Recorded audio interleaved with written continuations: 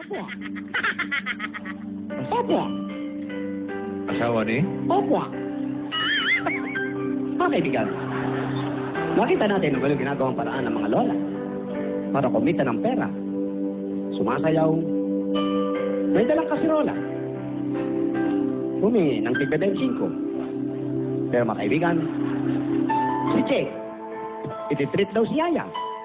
Tuwang-tuwa si Yaya. Sa kabilang banda, tumawag si Alden. Galing ng Dubai, galing ng Qatar, galing ng Indonesia. Dami! Tatlong tawag, tatlong bansa ang pinanggalingan. Hinanap ang singsing. Wala. Ang sabi ni Yaya, itinago niya, baka mawala. Tinanong ko ng selos. Hindi daw, sabi ni Alden. Pero parang nagtampo na rin si Yaya. Tumaas ang boses, half note lang. Half note?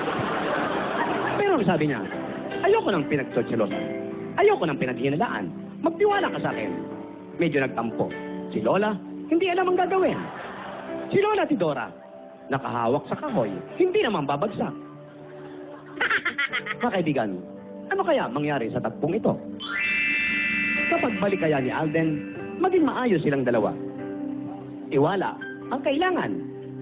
Selos ang sisira sa relasyon ng bawat isa.